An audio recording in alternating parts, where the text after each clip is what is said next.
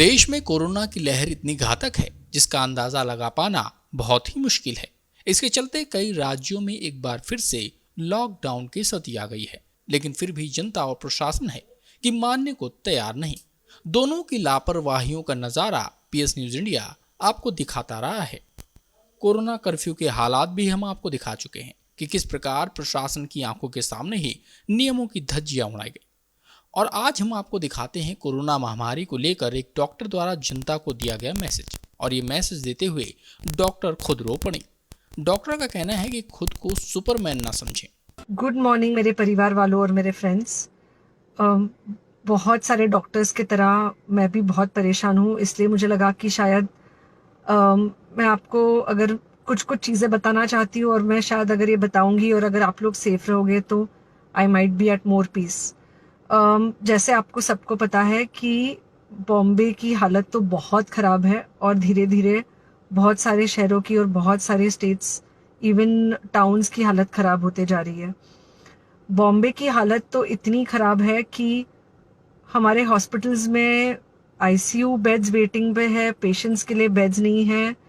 It's a very very helpless, यानी मुझे इतना हेल्पलेस और लाचार कभी फील नहीं हुआ है। We have to literally manage patients at home with oxygen, and this is not something we are enjoying.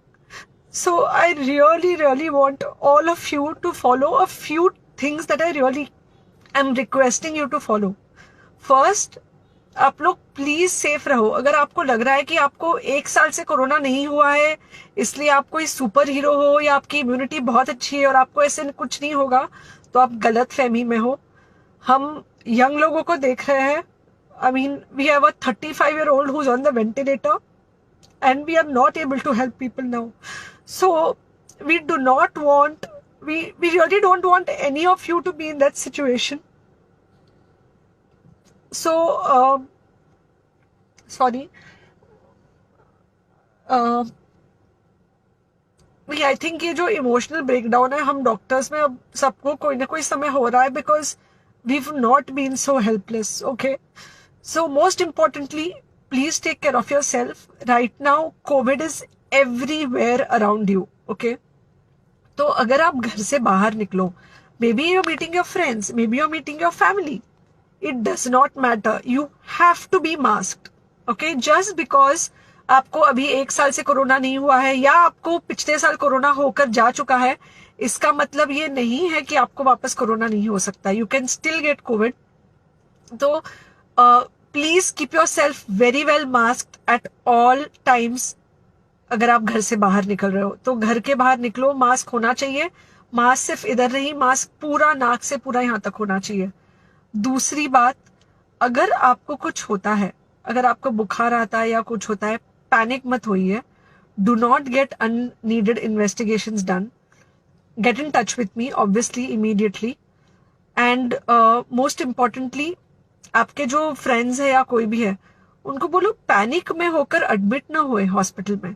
फिलहाल जो सिचुएशन है वो ऐसी है कि बहुत सारे हॉस्पिटल्स में स्टेबल पेशेंट्स एडमिट हो रहे हैं, और बहुत सारे लोग जिनको एक्चुअली ऑक्सीजन की जरूरत है, उनके लिए हमारे पास बेड नहीं है।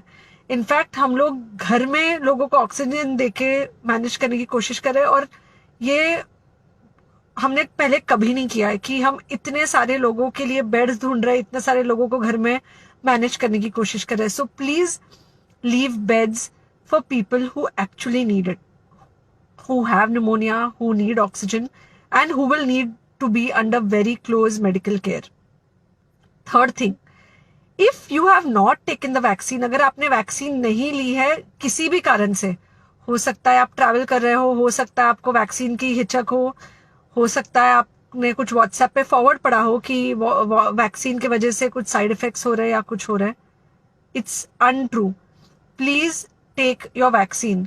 ये हमको डेफिनेट दिख रहा है कि जो लोगों के 2 वैक्सीन के शॉट्स होकर 2 हफ्ते हो चुके हैं, उनमें डेफिनेटली हमको इन्फेक्शन, सीरियस इन्फेक्शंस कम दिख रहे हैं, और हॉस्पिटलाइजेशन ना के बराबर है। So the vaccine is definitely helping. Okay, So take care of yourself. Do not take COVID-19 lightly.